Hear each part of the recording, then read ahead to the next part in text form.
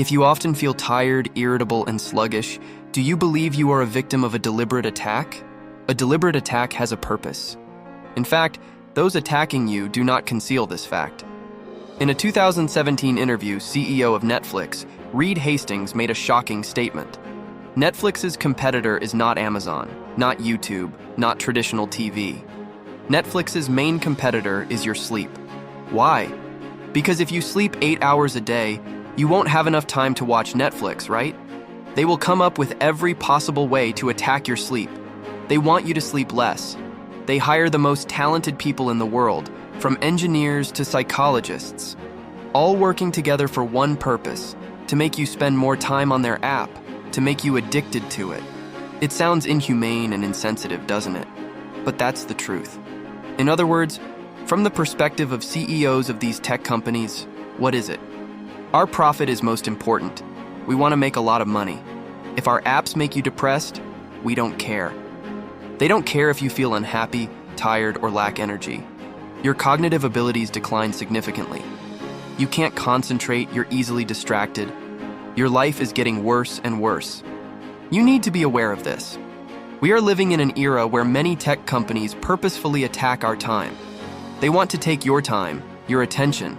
They want to create something addictive, like social media and entertainment apps. According to the World Health Organization, by 2030, mental health will be the leading cause of health issues. It will be one of the biggest issues, damaging our health in the very near future. In fact, it's not hard to see people constantly feeling sluggish, tired, and lacking energy. It's straightforward to explain they are victims of the attention-grabbing industry. They are heavily addicted to entertainment apps, unable to detach, to the extent that if they put their phone down for just 30 seconds, they can't stand it and have to pick it up again. This is really serious, not a joke. So now, knowing this truth, many of us might wonder, is there a way to resist? Yes, there is. I'll offer 3 solutions, with the second solution being crucial and something you absolutely need to know about. The first solution is that I won't ask you to restrict your use of social media apps, I won't ask you to limit gaming, I won't ask you to avoid adult websites, and I won't ask you to cut back on watching movies on apps. I just ask you to add one more action. Spend time on physical activities like sports, cycling, swimming, jogging, anything physical. When you engage more in physical activities, the time you spend on social media and addictive apps will naturally decrease. If one morning you're on a mountain trail, trekking from 5 a.m. to 12 noon, you'll have 7 hours where you're not caught up in app addictions. So I think instead of trying to quit those addictive apps, spend time on a new activity, a physical one. Time spent on these activities will naturally limit your time on those addictive apps again. That's the easiest way. An hour at the swimming pool is an hour well spent. When you're swimming, you can't scroll through TikTok. Of course, if it's been a long time since you've engaged in physical activity, even years, starting and playing continuously for many hours will be difficult. However, you can start with simple steps. Put on your shoes and walk. A 5 or 10-minute walk is enough exercise. Great success always starts with small steps. If possible, leave your phone at home and take a walk around your neighborhood. I started with such small steps myself. If not, find a nearby swimming pool and start by jumping into the water. Create a habit to balance your life and prevent yourself from becoming a victim of the attacks, as bluntly stated by the Netflix CEO I mentioned earlier. Next, let's move on to the second solution. I'll temporarily name this solution: protect your golden hours at all costs. This solution aims to protect our lives from the prying eyes of many addictive apps that can turn us into zombies. This solution is crucial. Our golden hours are when? Did you know that we are most alert, energetic, and productive roughly 3 hours after waking up? This means if you wake up at 6:30 a.m., around 9:30 a.m. is when you must protect yourself at all costs. Remove all distractions, even power-down devices, to focus on work. Use this time for the most important tasks of your day. Then, after that, feel free to browse TikTok, watch movies, or whatever you like. Protect this time at all costs for me. Actually, its mechanism is quite easy to explain. Around 3 hours after waking up, the level of melatonin, the hormone that makes you sleepy, drops significantly. Counteracting substances like serotonin or beta endorphin begin to increase and take effect. This time is the most precious period of your day.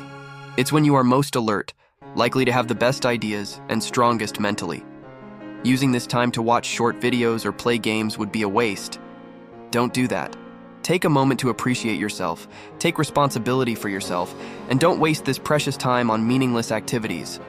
If you want entertainment, save it for midday, afternoon, or evening. Use this time for important things in your life.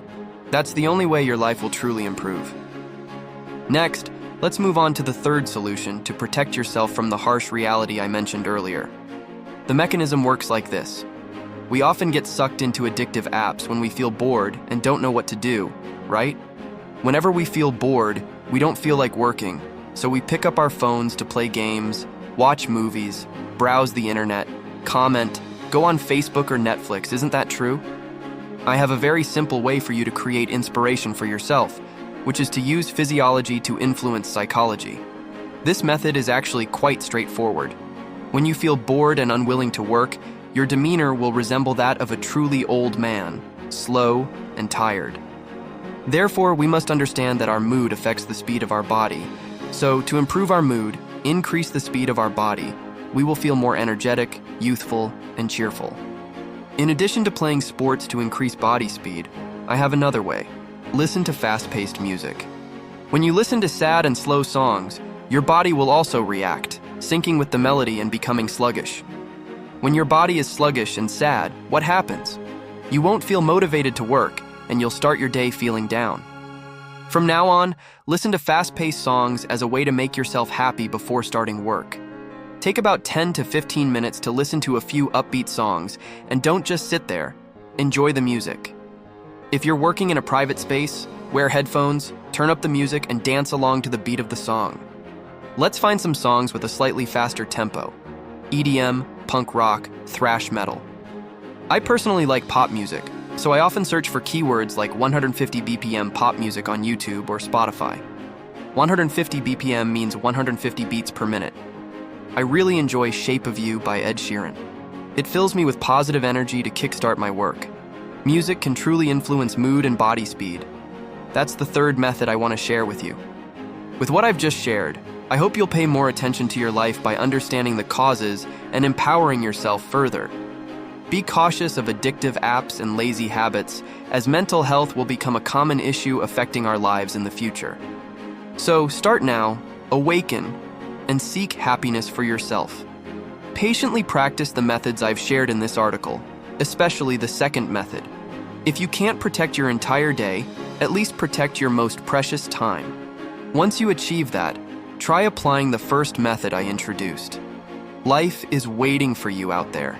And remember that true happiness lies in self-control and personal growth. Try and love yourself. Goodbye and see you in the next video.